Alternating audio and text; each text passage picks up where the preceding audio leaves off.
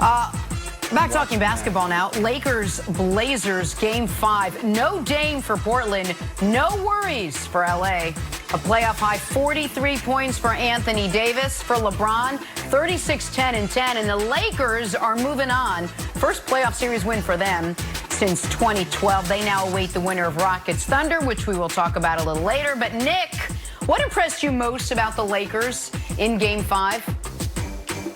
Yeah, I mean, Jenna, you alluded to it off the top of the show. It's one thing to win a series, another thing to win a series in 5 when you're clearly the massive underdog. And given the conversation surrounding the Lakers going into this series and after Game 1, I mean, they were the obvious and clear underdog. I mean, I shared a video this weekend that has some of my closest friends, some of the best sports commentators, and Paul Pierce on it, all explaining the structural advantages that the Portland Trailblazers had over the Lakers. We got the great Emmanuel Acho saying they have a better roster. You got Stephen A saying it'll go 7. He won't pick the Blazers to win, but it'll go 7. You got Coward picking the Blazers. My friend Adam Shine saying the Blazers got better start in 5. So I'm amazed the Lakers were able to do it. It turns out having the best player in the world and the best big man in the world is a really good structural advantage going into the postseason. And it turns out, Brandon, that people were writing LeBron James' playoff obituary a little too quickly after a mediocre Game 2 where they won by 30 points. So listen, the scrappy underdog Lakers continue to impress. Who knows when this Cinderella ride will end for them, Brandon? But I'm enjoying it, watching them along the way. Wow, I mean, this underdog team, they're playing amazing. And there's a few things that stand out to me. Number one is AD. He's been overshadowed by so many different headlines. LeBron on the court, LeBron off the court. Yeah. I mean, this guy just dropped 43 points, and he makes everything looks easy.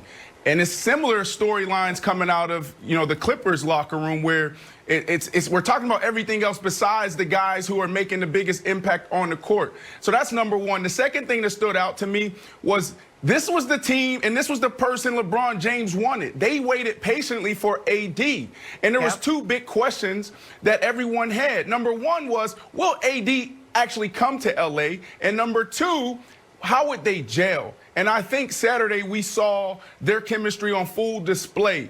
And it reminded me of the old days, Stockton Malone. Now, I was a little baby back in the days, but I remember Stockton Malone in that pick and roll. I remember how they worked well off of each other. LeBron James, we talk about it all the time, his genius.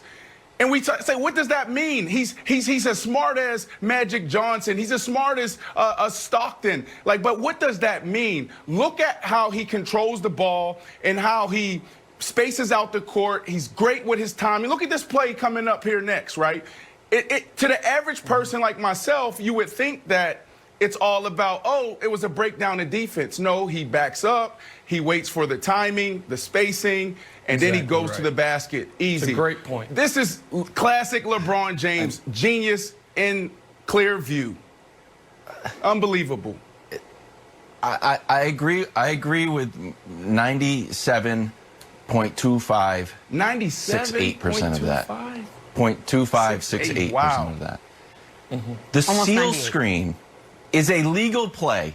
And I know the Celtics do it a lot. Be like, wow, do you remember? I know the Celtics do it a lot. But if we could run it back, hold on. I'm vetoing. I'm Wilds. You have been, you've done everything short of buy real estate in Portland. If you start this by talking about the legality of seal screens rather than owning your Portland travesty of the last month, I might walk off the set. No. If you start talking about moving screens instead of your beloved Portland Trailblazers and Melo and Dame and CJ and Nurkic is healthy and your stupid prediction box you'd never open, no. You got to own that they got whooped by 60 points in games 2 through 5, that it was never in doubt. That's what you need to talk about here, not the legalities of seal screens. Wilds. Go ahead, Wilds. Okay, I will address that. I will address the Blazers. final thing on this seal screen. The reason why Brandon likes it is because it looks like a football play, JaVale McGee tackling it. But now you're right, it is a good play. Wrong sport, but I understand why you would like it, Brandon. Look at this. Look at the genius. Blazers. Genius. Yeah, the Blazers. Bill Belichick loves it. Okay, the Blazers. Yes. The Blazers. I was just in a rental car of my Blazers fandom, and I returned it to Hertz, and they said, how was it? I said, you know what? It started off running great, and then it ran out of gas, and it's got a few bumps and bruises on it, to be honest with you. And that'll tell you something else, Mr. Hertz. Not Jalen Hurts. I'm talking about the Hertz rental car imagination guy. I don't know if this team can win. And everyone seems very happy, and they fought valiantly in the bubble, and Dame was obviously awesome. But I don't know what happens to this team. We know the Warriors are going to be back. So take a pen or a pencil the Warriors in. Are the Suns going to be good? Are the Timberwolves going to be good? This is so exciting. Are the Spurs going to be good? No, but like, what do they do? Brett Brown's getting fired. This is so exciting. I'll tell you. Hold on, Wild. I'll tell you what they're going to do. Because, you know, it was all good just a week ago when this was the narrative. When healthy, the Blazers are a 3 or a 4 seed. Well, so go into next year healthy. Be a 3 or a 4 seed. That's it, right? Now, see, this happens. I can't believe it's actually happening in real time.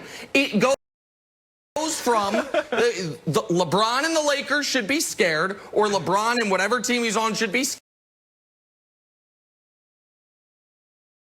scared, to the moment playoff LeBron nukes them. You know what? That team might suck. Might need to blow it up. Fire the coach. Trade CJ. I don't even know if they're a playoff team next year. You can't do this. They're not. It is unbelievable, Brandon, what's happening. They have nothing? The Blazers were the trendy, sexy team. They presented all these matchup problems. When Nurkic is out there, they're a totally different team. And now it's like, you know what? I think they might be the 8 seed if they're lucky next year. Of course, this is where it goes. Of course, folks are going to pretend they were not riding the Blazers bandwagon. Brandon, you weren't here yet, but Wilds used a car analogy. After game 1, he used a different car analogy. That was the Lakers are a car in your yard on cinder blocks with no tires. So this is the thing with Wilds. So this is the thing with Wilds. They're blowing a team up, Brandon. Go ahead, Brandon. So this is the thing with Wilds. You like to use these car analogies. What's going on, Wilds? Well, we're presented by Dodge Ram, so I try to bring in a lot of Dodge Ram, but only when the Dodge Ram is good. Every other car is terrible. No, look, I said the Blazers were dangerous, and there's more on that later in the show. With his Blazers.